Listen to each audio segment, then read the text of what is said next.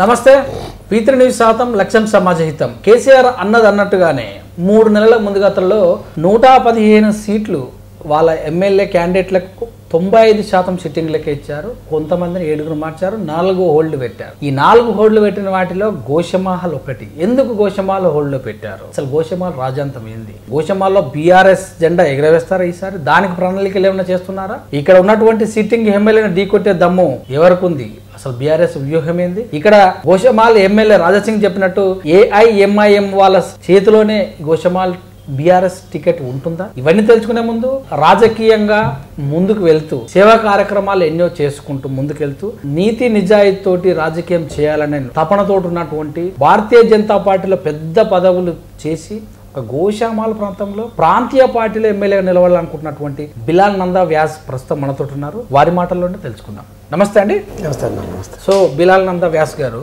Bharatiya Janata party Hyderabad parliament నియోజకవర్గ సభ్యులుగా పనిచేశారు. హైదరాబాద్ ఏదైతే స్టాచ్యూ ఆఫ్ ఐక్యత ఆ దానికి హైదరాబాద్ కమిషన్ పనిచేశారు. మీరు ఇలా ఎంతో పార్టీ మీకు ఎంతో పదవులు ఇచ్చినప్పటికీ కూడా మీరు ఎందుకు ఆ పార్టీలో ఉండలేకపోయారు? చూడు బ్రదర్, భారతీయ జనతా పార్టీలో నేను 1.5 years కష్టపడినాము. చాలా ఎక్స్ట్రాడినరీ కష్టపడి పార్టీకి స్ట్రాంగ్ చేసినాం. పార్టీ క్యాడర్ బేస్ లో మెంబర్షిప్ కానీ ఎన్రోల్మెంట్ కానీ పెద్ద మీటింగ్స్ పెట్టినాం. చాలా చేసిన తర్వాత టికెట్ ఇచ్చినప్పుడు మాకు ఏం చెప్పినంటే, మీరు హేట్ స్పీచెస్ నయాత ఆప్కు బోల్నా, Raja Singh will give hate speeches, నువ్వు సెక్యులర్ మనిషి, మీ ఇంట్లో ముస్లిమ్స్ పని చేస్తారు, మీ డ్రైవర్ ముస్లిమ్స్, మీ ఇంట్లో క్రిస్టియన్స్ పని చేస్తారంటే నాకు ఆ ఐడియాలజీ అర్థం రాలే. నేను వదిలేసి కేటీఆర్తో మాట్లాడి టీఆర్ఎస్ పార్టీలో చేరిన. గతంలో మోడీ గారు హైదరాబాద్లో ఆయన పార్లమెంట్లో నిలబడక ముందు ప్రధానమంత్రి కాకముందుకు హైదరాబాద్లో ఒక సభ నిర్వహిస్తే ఎల్బీ స్టేడియంలో 20,000 మందిని తరలించారు. నేను కూడా ప్రత్యక్ష శాస్త్రిని అక్కడ.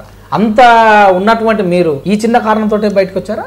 నా స్టార్టింగ్ నుంచి నా ఒక ఏముంది, ఈ గోషామేల్ నియోజకవర్గం నుంచి నిలబడాలి, పోటీ చేయాలి, ఎమ్మెల్యే కావాలి, మొత్తం ఒక మోడల్ అసెంబ్లీ చేయాలి. మా నియోజకవర్గంలో చాలా పేద పబ్లిక్, చాలా పూర్ పీపుల్ ఆర్ లివింగ్. మండల, ధూల్పేట్, ఈ స్లమ్స్ కానీ చాలా గరీబీ దగ్గర నుంచి చూసిన. అందుకే ఈ అన్ని పని చేసుకోవాలంటే ఒక అసెంబ్లీ ద్వారా ఒక పోటీ చేసి ఎలక్షన్ గెలిచి చేయాలని ఒక మైండ్లో ఉండే. అదే మైండ్లో పెట్టుకొని నేను ఒక నియోజకవర్గంలో పని చేయాలని ప్లాన్తో బీఆర్ఎస్ పార్టీలో చేరింది. టీడీపీలో కార్పొరేటర్ గెలిచిన వ్యక్తి 2 ఏళ్లలోనే ఎమ్మెల్యే క్యాండిడేట్ బీజేపీలో గెలిచాడు. మరి సో మళ్ళీ కూడా గెలిపించారు ఆయనని భారతీయ జనతా పార్టీని. గోషామాల్ ప్రజెంట్ ఎమ్మెల్యే ఒక కార్పొరేటర్ స్థాయిలో నుంచి ఆ స్థాయికి వచ్చారు. ఏం చేయండి ఆ స్థాయికి వచ్చాడా? ఆయన ఐడియాలజీ మొత్తం హిందూ ముస్లిం హేట్ స్పీచెస్ ఇవ్వాలి, యూత్కి మొత్తం అట్రాక్ట్ చేయాలి. అది ఎక్కువ దినం నడవదన్న. రాజాసింగ్ కార్పొరేటర్ తెలుగుదేశం నుంచి హిందూ తర్వాత బీజేపీలో చేరి ఆయనకి ఇది మొత్తం రామనవమి, జులుసము, హనుమాన్ జయంతి, హిందూ ముస్లిం అది కలిసి వచ్చింది. దాని తర్వాత మొత్తం ఒక సోషల్ మీడియాలో అన్ని హైప్ చేసి ఆయన పర్సనాలిటీని మొత్తం ముస్లిమ్స్ మీద హేట్ స్పీచెస్ ఇచ్చేసి ఇక్కడ వచ్చిండు. బట్ ఈసారి ఆయన ఏం నడవదు. 80% హిందువులు ఉన్నటువంటి భారతదేశంలో హైదరాబాద్లో ముస్లింలు దాడి చేస్తే ఊరుకోవాలా అని అంటుండు. మరి దీని ఎలా చూడాలి? ఎక్కడ దాడి చేసిండు ముస్లిం వాళ్ళు? బైన్సాల కావచ్చు, పశ్చిమ బెంగాల్ కావచ్చు, కేరళ కావచ్చు, ఇప్పుడు చూసుకున్నట్టయితే ఈశాన్య రాష్ట్రాలలో కావచ్చు. అంటే చేతులు కట్టుకొని కూర్చోవాలా? ఇది నా సబ్జెక్ట్, నా పరిధి సబ్జెక్టా? నేను ఒకటే చెప్తా, హిందూ, ముస్లిం, సిక్, ఇసాయి అందరు కలిసేటట్టుగా ఉంటాం. మనం ఇండియాని డెవలప్ చేద్దాం, తెలంగాణ స్టేట్ కి డెవలప్ చేద్దాం, మంచి వాతావరణంలో పీస్ఫుల్ అందరు ఉండాలని నా కోరిక. హిందువుల అమ్మాయిలను ట్రాప్ చేసి ప్రేమించి పెళ్లి చేస్తున్నామని తీసుకొని వెళ్తే చూసుకోవాలా? ఇంత పెద్ద కంట్రీలో ఇది చిన్న నడుస్తూనే ఉంటాయి. అది మన దృష్టిలో ఏం రాలేదు. హిందువులకి కూడా చేస్తారు, ముస్లింస్ కూడా చేస్తారు. ఏమైనా ఉంటే లా ప్రకారం యాక్షన్ ఉంటాయి కదా. Already police people are doing their job. ఈ ఓల్డ్ సిటీలో హిందువుల ఇళ్లలో ట్యాక్సీ, ఇంటి tax, water tax, current tax కట్టుకుంటారు. కానీ ఒక వర్గం ఇళ్లలో ట్యాక్సీ కట్టుకోవాలంటే ఆఫీసర్స్ భయపడతారంటే దాడి చేస్తారు. దీని ఏం లేదు, హిందూ ముస్లిం అందరు ట్యాక్స్ కడతానే ఉన్నారు, అన్ని నడుస్తూనే ఉంది. మీరు అన్ని మొత్తం ఈ ప్రెస్ వాళ్ళు కానీ కొంతమంది క్రియేట్ చేస్తారు. ఓల్డ్ సిటీలో కడతలేరు, ఇక్కడ కడతలేరు, అందరు కడతానే ఉన్నారు. ఒక్క దినం మీరు లైట్ బిల్ కట్టకపోతే ఎలక్ట్రిసిటీ డిపార్ట్మెంట్ వాళ్ళు కట్ చేసేస్తాడు. ఎవరైనా ఉండరు. తెలంగాణ స్టేట్ లో ఇట్లా ఏం లేదు. ఎంఐఎం స్టీరింగ్ చేతిలో ఇక్కడ ఉన్నటువంటి బీఆర్ఎస్ వాళ్ళ టికెట్ కన్ఫామ్ అవుతుంది అని అంటుంది మన ఎమ్మెల్యే గారు. ఏం చేస్తారు? ఎంత పిచ్చి అబద్ధం ఎట్లా అయితే చెప్పు. మా పార్టీలో బీఫామ్ ఇచ్చేది సీఎం గారు. ఎంఐఎం వాళ్ళది ఏం ఇంట్రెస్ట్ ఉంటాయి దీనిలో? ఫ్రెండ్లీ పార్టీ అంటారు. ఫ్రెండ్లీ ఉండొచ్చు, మంచి మా ఐడియాలజీ. ఎంఐఎం వాళ్ళు కూడా సెక్యులర్ పార్టీ, మా పార్టీ కూడా సెక్యులరే. బట్ డిసైడ్ చేసేవారు మా సీఎం గారే. ఎవరిది ఇంటర్ఫీరెన్స్ ఉండదు.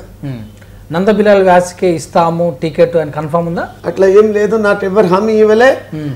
నాకు 4 months కింద ఇన్ఛార్జ్ ఇచ్చినప్పుడు నందబిలాల్ మీరు పోయి కష్టపడాలి, పార్టీని గెలిపించాలని చెప్తే నేను నిజాయితీగా బూత్ లెవెల్లో పార్టీని స్ట్రాంగ్ చేస్తూనే ఉన్నాం. చాలా మంది, వేలాది మంది పార్టీలో చేరిండు. ఇప్పుడు మా పార్టీ చాలా స్ట్రాంగ్ ఉంది. We're going to win this assembly seat. ఈ నియోజకవర్గంలో తలసాని శ్రీనివాస్ యాదవ్ పనిచేస్తున్నారు. అక్కడ వాళ్ళ అనుయాయులకి టికెట్ ఇస్తారు, లేకపోతే ఆయనే వస్తారని ఒక ప్రచారం కూడా జరిగింది. మరి వస్తే welcome, is our leader. Srinivas Yadav గారు చాలా మా నియోజకవర్గంకి సపోర్ట్ చేస్తున్నారు. చాలా డెవలప్మెంట్ వర్క్స్ కానీ ఎప్పుడైనా పిలిస్తే పాపం వస్తారు. పార్టీ మీటింగ్స్లో కానీ ఆయన ఇష్టపడి ఇక్కడ వచ్చి నిలబడతా, నేను పోటీ చేస్తామంటే మేము ఏం చేస్తాం, రండి సార్, కష్టపడి ఆయనకి గెలిపిస్తాం. ఎందుకు గోషమాల్ తెలంగాణ రాష్ట్రంలో లేదా? ఎందుకు ఇక్కడ మోరీలు పొంగుతున్నాయి? ఎందుకు ఇక్కడ స్ట్రీట్ లైట్ సరిగా వెలగట్లేదు? ఎందుకు మంచినీళ్ళు సరిగా రావట్లేదు? ఎందుకు బస్తీ దవాఖానలు పనిచేయట్లేదు? ఎందుకు ప్రభుత్వ స్కూళ్ళలో ఎందుకు డెవలప్ అవ్వట్లేదు అని ఒక ప్రశ్న. గోషమాల్ అంటే ప్రతిపక్షంలో ఉంది అనుకనే ఇస్తలేరు. Who is the responsible for all this lack of leadership? MLA బాధ్యత లేదా? ఈ ప్రశ్నలు మీరు పోయి ఒకసారి ఎమ్మెల్యేతో అడుగు. చూడు బాబు, నువ్వు హిందూ ముస్లిం చేస్తున్నావు, ఇది అన్ని పనులు ఎందుకు చేస్తలేవు? ఇప్పుడు కార్పొరేటర్స్ కూడా మొత్తం బీజేపీలో ఉంది, మళ్ళీ ఎందుకు పని అయితలేదు? BJP people don't have any vision for development. BJP people वाले पूरा का पूरा हिंदू मुस्लिम करना, लोगों में जहर डालना, उसके ऊपर वोट लेना, అదే బీజేపీ ఐడియాలజీ. ఎందుకంటే డెవలప్మెంట్ అయితలేదు. ప్రతి పథకంలో మా రూపాయి ఉంది, మోడీ గారు ఇక్కడికి పంపిస్తున్నారు అంటున్నారు కదా, మీరేమో ఏం లేదని మీరు అంటున్నారు. ఉండొచ్చు, బట్ సీఎం గారు చేస్తున్న వర్క్ని మొత్తం వరల్డ్లో అప్రిషియేట్ చేస్తున్నారు. Is the best CM in our country. ఎందుకు సాయంత్రం కాగా ఇక్కడ దోమలు ఇళ్లకు జొరబడి జనాలను ఇబ్బంది పెడుతున్నాయి? మరి ఈ క్వశ్చన్, దోమల క్వశ్చన్ నుంచి ఆన్సర్ నేనే ఇవ్వాలి. మా పట్టణే మూసి ప్రాంతం, ఎట్లనే దోమలు వస్తూనే ఉంటాయి కదా. బట్ జిహెచ్ఎంసీ పీపుల్ చాలా కష్టపడుతున్నారు. అప్పుడప్పుడు అయితేనే ఉంటాయి పనులు. మళ్ళీ మన దృష్టిలో ఏమైనా ఉంటే మేము కూడా చేపిస్తాం. మొన్న వర్షం పడ్డప్పుడు భారీ వర్షాలకు 2020 కరోనా తర్వాత ఇళ్లకు మురద వచ్చింది. చాలా రోజుల తర్వాత ఇబ్బంది పడ్డారు ప్రజలు. సో ఆ కారణం చేత ఇక్కడ కార్పొరేటర్లు చాలా మంది కోల్పోవడం జరిగింది. దాని నుంచి మీ బీఆర్ఎస్ నేర్చుకుందా? నిజం చెప్పాలంటే అన్న, ఆ వర్షంతో చాలా ఇబ్బందిలో ఉండే. మన ప్రభుత్వం డబ్బులు కూడా చాలా పేదలకి చాలా సాయం కూడా చేసిండు. కొంచెం ఈ బండి సంజయ్ చాలా మోసం చేసిండు ప్రజలకి. 25,000 ప్రతి ఇంటికి ఇస్తాను, బండి పోతే బండి ఇస్తాను, మొత్తం చాలా మాఫ్ చేపిస్తాను, ఓల్డ్ సిటీలో దాడి చేస్తాను, చాలా మోసం చేసి అప్పుడు గెలిచిండు. ఇప్పుడు ఎలక్షన్ అయితే 100తో ఎక్కువ మనం గెలుస్తాం టీఆర్ఎస్ వస్తాయి సిటీలో. ఇక్కడ ఉన్నట్టు రిపోర్ట్ల ప్రకారం ఒకవేళ మీకు టికెట్ వస్తే, ప్రజెంట్ ఏదైతే బీజేపీ వెలివేసింది అనుకున్నప్పుడు కూడా ఆయన నిలబడితే, ప్రజెంట్ గోషమాల్ నుంచి రాజా సింగ్ లోధియా నిలబడితే ఆయన ఎదుర్కొన్నటువంటి ఉందా మీ దగ్గర అస్త్రాలు? ఎదుర్కోవాలంటే ఎట్లా? రోడ్డు మీద ఫైటింగ్ చేయాలా? నేను నిలబడితే మహారాష్ట్ర నుంచి కావచ్చు, ఎక్కడెక్కడి నుంచో వచ్చి నా గెలుపు కోసం పనిచేస్తారనే ధీమతో రాజా సింగ్ ఉన్నారు. మీరు నిలబడితే మీ టీఆర్ఎస్ పార్టీ మొత్తం వస్తుంది ఇక్కడికి? సరేనా, ఆయన ఇంత పెద్ద లీడర్ ఉంటే ఆయనకి ఆ పార్టీ సస్పెండ్ ఎందుకు చేసిండు? ఎందుకు పార్టీలో రిటర్న్ తీసుకోలే? ఈ రోజు అమిత్ షా మీటింగ్ నడుస్తుంది, ఎందుకు ఆయనకి పిలవలే? ఆయన ప్రజల్లో ఏం లేదు, ఆయనకి ప్రజల్లో ఏం రెస్పెక్ట్ లేదు, ఏమి లేదు. ఆయనకి అరెస్ట్ చేస్తే 100 మంది వచ్చిండా? ఎక్కడైనా చూసినావా? ఆయనకి పీడియాట్లో జైలుకి పంపితే ఒక 5,000 మంది ఎక్కడైనా చూసినావా? ధర్నా చేసిండు, గడబడి చేసిండు, ఆయన కోసం కొట్లాడిండు, ఏం లేదు. పబ్లిక్ లో ఆయన పేరు జీరో, సోషల్ మీడియాలో ఆయన హీరో. కార్లో కూర్చోవాలి, ఒక స్పీచ్ పెట్టాలి, ముల్లాలు, ముస్లిమ్స్, టోపీ వాలా, గ్రీన్ కితాబ్, ఏ మొహమ్మద్ మీద చెప్పాలి, అది చిల్లరతనం మీద ఉన్నారు. లేకపోతే అసదుద్దీన్ అవైసీ, అక్బరుద్దీన్ మీద చెప్పాలి, ఒక అలవాటు అయిపోయింది ఆయనకి. ఆయనకి ఎదుర్కొంటాలంటే ఏం చేయాలి?